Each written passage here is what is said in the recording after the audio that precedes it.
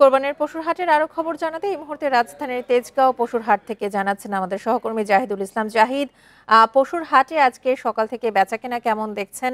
ক্রেতা বিক্রেতাদের প্রতিক্রিয়া কি? আর মাত্র ঈদের দুদিন বাকি, আর এই দুদিনেই কিন্তু আসলে এই হাটে যে পশুগুলো রয়েছে সেগুলো বিক্রি কার্যক্রম চলবে। এবং আজকে সকাল থেকে আমরা যতটুকু দেখতে পেরেছি হাটে গরুর সংখ্যা রয়েছে প্রচুর, তবে ক্রেতাদের সংখ্যা এই মুহূর্তে কম, কারণ এই সকালে হওয়ার কারণেই আসলে কিন্তু এখন যারা ক্রেতারা রয়েছেন তারা এখনো হাটে এইভাবে আসতে শুরু করেননি। এবং ওয়ালটন আবারো মিলিয়নিয়ার অফারে ওয়ালটন ফ্রিজ কিনে আপনিও হয়ে যেতে পারেন মিলিয়নিয়ার।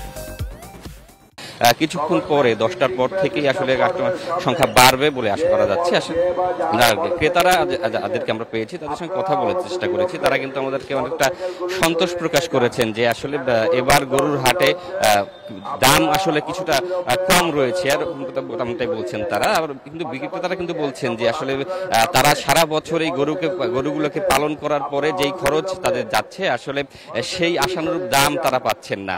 তবে এবার পশু বেশি হওয়ার কারণেই আসলে এরকম সমস্যা হতে পারে বলে ধারণা করছেন তারা। এবং তারা জানিয়েছেন যে তাদের কাছে 90,000 থেকে শুরু করে একবারে 1.5 লাখ টাকা পর্যন্ত যেই গরুগুলো রয়েছে সেগুলোর চাহিদা বেশি, এবং তারা সেগুলো বিক্রি করতে চাচ্ছেন।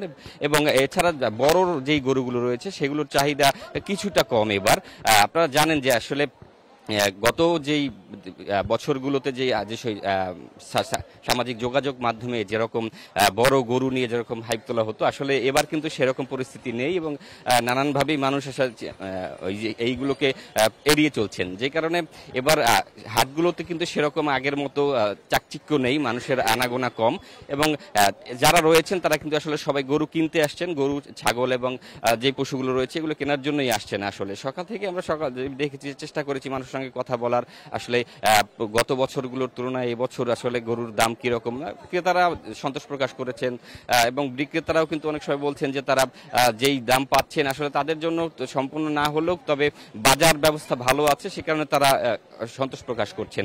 আরেকটি বিষয় জানিয়ে রাখতে চাই, যেটি হচ্ছে যে এই পশুর হাটগুলোতে কিন্তু প্রশাসনের করা নজরদারি রয়েছে, যেন এই জায়গায় কোনো রকম লেনদেন অথবা কোনো ধরনের অপ্রীতিকর পরিস্থিতি তৈরি না হয়, সেগুলোকে তারা দেখার চেষ্টা করছেন। এবং হাটগুলোতে কিন্তু এছাড়াও পুলিশের পাশাপাশি নিজস্ব ভলান্টিয়ার ব্যবস্থা রাখা হয়েছে, তারাও কিন্তু চেষ্টা করছেন যে হাটের ভিতরে যে পরিস্থিতির যে কোনো রকম খারাপ পরিস্থিতির মোকাবেলা করার জন্য। এবং তারা কিন্তু রাস্তার ভিতরে যেহেতু এই গরুগুলো রাখা হয়েছে, সেক্ষেত্রে এই রাস্তা যেন কোনোভাবে বন্ধ না হয়, যাতায়াত করতে পারে মানুষ, ক্রেতারা রয়েছেন তারা যেন আসতে পারেন, সেটি আসলে তারা দেখার চেষ্টা করছেন। আর একটি বিষয় যদি বলতে চাই, সেটি হচ্ছে হাটের যেই রাস্তার যে হাটে গরুগুলো রাখা হয়েছে সেগুলো কিন্তু সকাল থেকে রাত পর্যন্ত এই একই জায়গাতে থাকে, এবং এখানে খাবার দাবার তাদেরকে দেয়া হয়। এবং তারা হাটে যারা এসেছেন গত 2-3 দিন আগে যখন হাট শুরু হয়েছে তখনই কিন্তু এই গরুগুলো নিয়ে এসেছেন বিভিন্ন দূর দূরান্ত থেকে বিক্রেতারা, এবং তারা চেষ্টা করবেন যে আসলে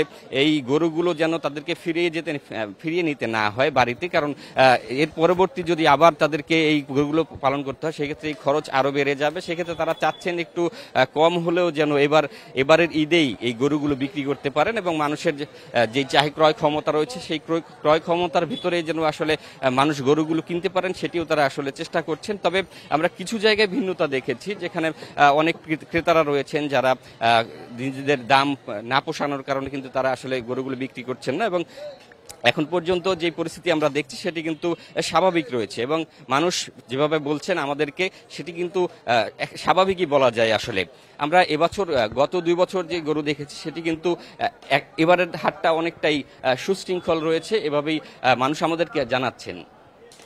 রাজধানীর তেজগাঁও পশুর হাট থেকে জানাচ্ছিলেন আমাদের সহকর্মী জাহিদুল ইসলাম।